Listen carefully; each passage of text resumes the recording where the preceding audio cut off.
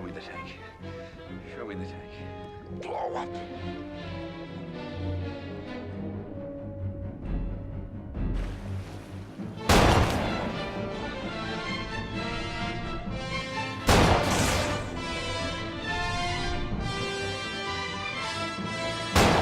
Blow up!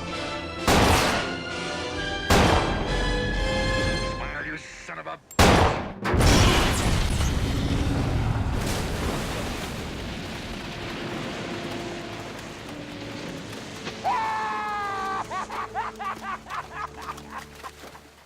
What's up YouTube, Warrior Zoino here, and welcome back to the Warrior Show, where we take interesting topics you leave in the comments below, and we talk about them.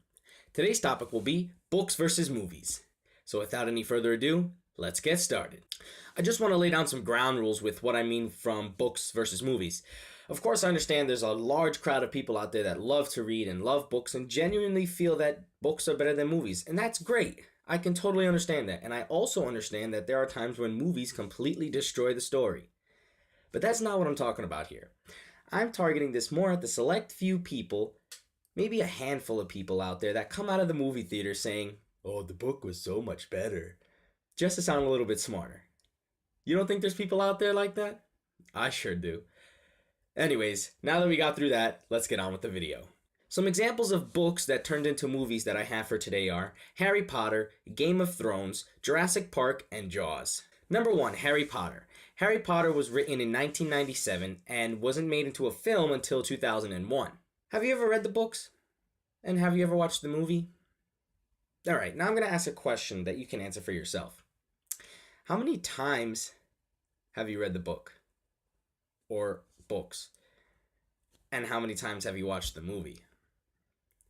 See, I think there's a lot of people out there that have watched the movie over and over and over again, compared to reading the book maybe once or twice, considering it's really long to read the book and it only takes about 2 to 3 hours to watch the movie. Besides that, we have characters that directors chose to fit the bill of the characters mentioned in the story. We have Harry Potter, and we have Voldemort. Look at Voldemort. I mean, he is scary looking type of creature, human, whatever he is. He fits the bill. And guess what? He will relay that image of Voldemort better to us than anything we could come up with, because no matter how much we picture how Voldemort looks, it won't be as scary as seeing it in real life or on the TV screen. It'll seem much more real on the TV screen because it's there. You don't have to put any work to see it, and you have no choice to not see it. Let's move on to number 2, Game of Thrones. I picked this one specifically because it's really popular now, and I figured it'd be great to talk about. Now, I know Game of Thrones isn't a movie, it's a show. However, it did start out as a book and then changed to be part of cinema. Game of Thrones was written in 1991. 1991 is when this story came out, and wasn't made into a show until 2011, and really wasn't that popular until more recently. Now, I can't speak off so many people because I wasn't around 1991, but I sure know that it did not have that much popularity back then as it does today, because there's a bunch of you out there that binge watch. You cannot binge a book and enjoy it, because it takes way too long to get through one book, then get to the other and get to the other, that by the time you get to the next one, you forgot the first one and they don't connect, and it's not as easy to enjoy. I'm simply saying that when something is being done for you and you can simply watch, it's much better. Number 3 we have on the list is Jurassic Park. Jurassic Park was written in 1990 and wasn't made into a film until 1993. I brought this one into the video specifically because it really displays how movies can have some other types of things they can do compared to a book. See, you can read as much as you want about a dinosaur chasing a guy, but it's really not coming to life for you. I mean, unless you went through that, which I highly doubt you have, you wouldn't really know how that is. But thanks to the movie, we have something like this. Roll the clip. Must go faster.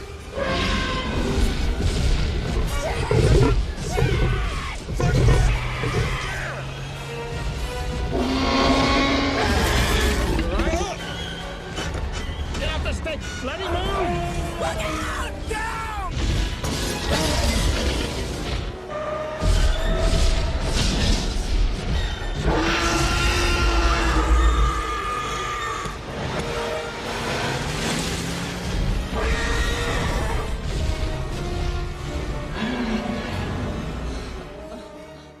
You see what I mean?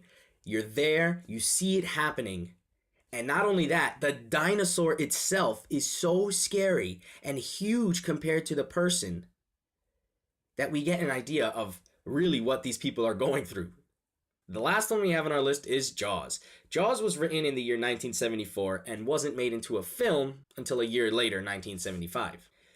Jaws was the movie that scared everyone from going for a swim. Jaws even scared phobia experts, people who studied how to get people to not be scared of things. Speaking about phobias, if you haven't watched my funniest phobia video, go ahead and check that out right up here. And then you can come back and finish this one. That's the case for these two men, Ali Mattu and James Hambrick, who studied at Columbia University's Clinic for Anxiety and Related Disorders. They were taught how to talk people out of their fears, yet they admit on an interview that Jaws still kept them out of the water. Let's see some differences from the book and the movie. I went and found the same scene from the movie as in the book, and we're going to compare them and see which one would make us not want to go in the water. Let's see, shall we? So this is how the scene is depicted in the novel. The fish had moved away. It swallowed the woman's limb without chewing. Bones and meat passed down the massive gullet in a single spasm. Now the fish turned again, homing on the stream of blood flushing from the woman's femoral artery. A beacon as clear and true as a lighthouse on a cloudless night. This time the fish attacked from below. It hurtled up under the woman, jaws agape. The great conical head struck her like a locomotive, knocking her up out of the water. The jaws snapped shut around her torso, crushing bones and flesh and organs into a jelly. The fish, with the woman's body in its mouth, smashed down on the water with a thunderous splash, spewing foam and blood and phosphorescence in a gaudy shower. Okay, it's pretty gruesome, but I haven't seen the shark, I haven't seen the person, I haven't seen the blood, and I haven't even seen the beach or the ocean. Now let's take a look at the film. Roll the clip.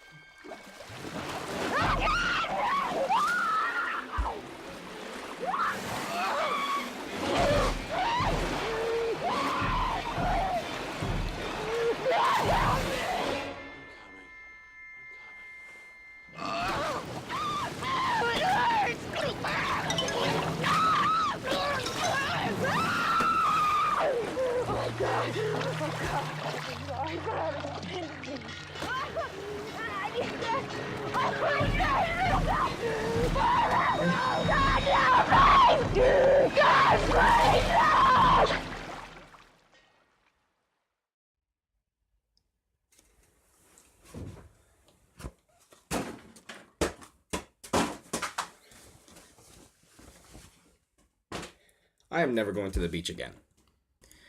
Alright, that's all we have for today, folks, so hope you enjoyed the show. Go ahead and drop a comment down below on what you'd like to see discussed in our next video. If you haven't seen our last video, go ahead and click right up here. And if you haven't subscribed yet, go ahead and click right here. Be sure to stay tuned till next week for your next episode of The Warrior Show. That's all for now. Have a good night, and see you later.